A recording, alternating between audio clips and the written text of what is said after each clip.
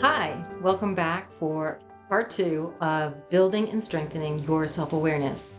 I'm Dr. Jackie Cawley, and I'll be your host for today's second part of our conversation on building and strengthening self-awareness. Now, in our last segment, we talked about what was meant by self-awareness, really knowing ourselves very deeply in our authentic self, and how that can impact others in the way that they perceive us, and why it's important to really understand our emotions, be able to name them and their impact on others so that we can modify or adjust them to be even more effective in our personal and professional lives. Now, it's obviously a skill to have that's good for all of us, right?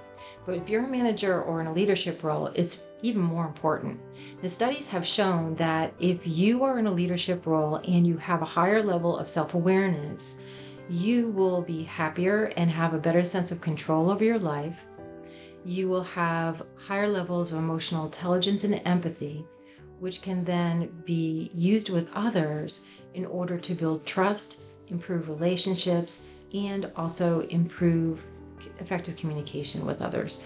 The reason behind this is that when you're working with your employees in a way that is authentically you, and you're being mindful of how you're being perceived or how your actions, behaviors, and patterns of behaviors impact others, that allows your employees or the others that you're working with to feel more trust, because people can tell when you're not being sincere. And if you're insincere, it just raises sort of internal alarm bells for people. They usually will be watching facial expressions, so you may be saying the right thing, but your right side of your brain and your subconscious is picking on all kinds of things that make an alert of this person's not acting in an authentic way with me.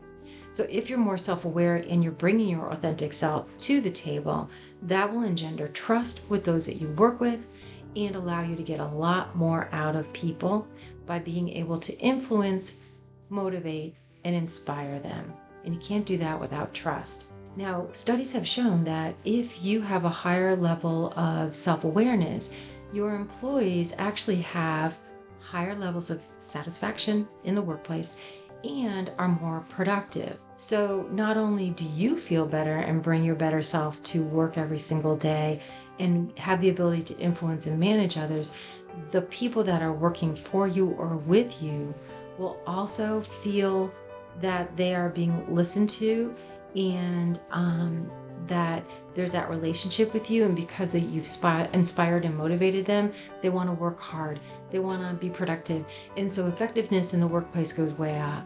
And that's an important thing to really think about, that your employee satisfaction, the productivity, etc., going to give you the outcomes and the results that you want just by building your own level of self-awareness and being able to adjust it in order to get the outcomes that you really want. Be more effective at home and at work. Now, there's two different kinds of awareness or self-awareness that you need to pay attention to. One is internal self-awareness and the other is external self-awareness. Internal self-awareness is what we pretty much typically think about when we think about self-awareness.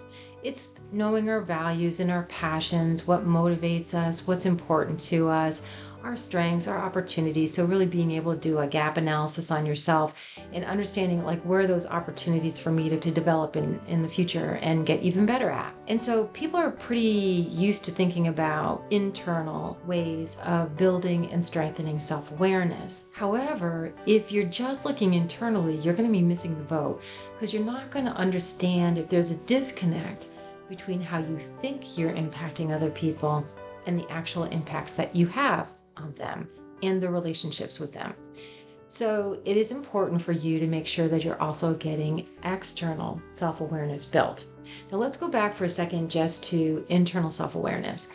The issue with internal self-awareness and maybe having that disconnect between how you think you're being perceived and what's actually being perceived by others is because the way that we all come to the table is based on the filters and the narrative that we've told ourselves over many years, the lens that we look at life through. So those filters, those beliefs can sometimes have fear, insecurity, shame, or other issues related to them that make us look through truly a filter. It's only what we're seeing about ourselves. It's not what other people are experiencing when they work with us and live with us, right? So that's where having external self-awareness built up is very important too. Now, external self-awareness is when you go and physically ask others how they perceive you and how they experience you and the impacts that you, your actions, your behaviors, your emotions have on them.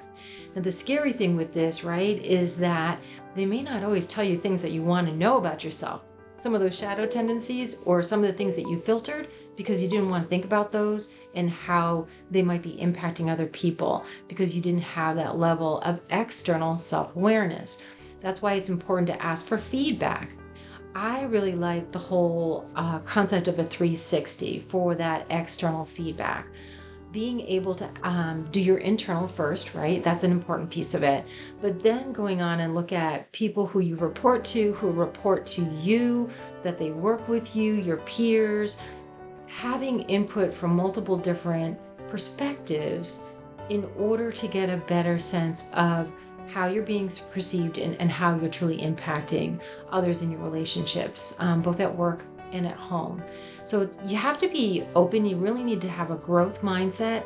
You need to be willing to be a little uncomfortable at times. It's going to be a little unsettling with some of the things that you may hear, but it's important that you learn about them, stay curious, and stay objective. This is not about feeling guilt or shame about what other people are sharing with us.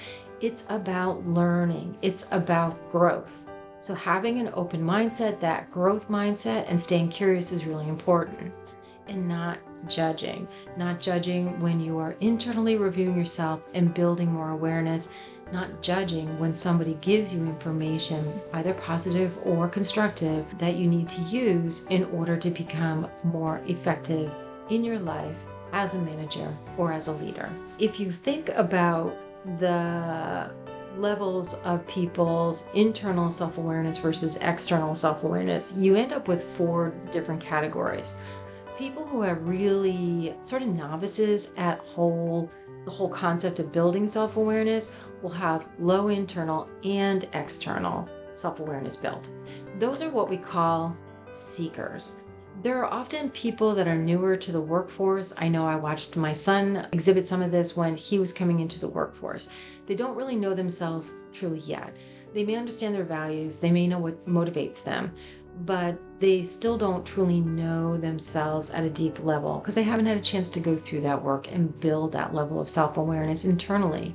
Nor have they maybe had the opportunity to get much feedback in a constructive way from others with regards to how their behaviors are impacting others, other than maybe their parents, right, or school teachers or coaches. And so they're still in that building phase and they're considered to be the seekers.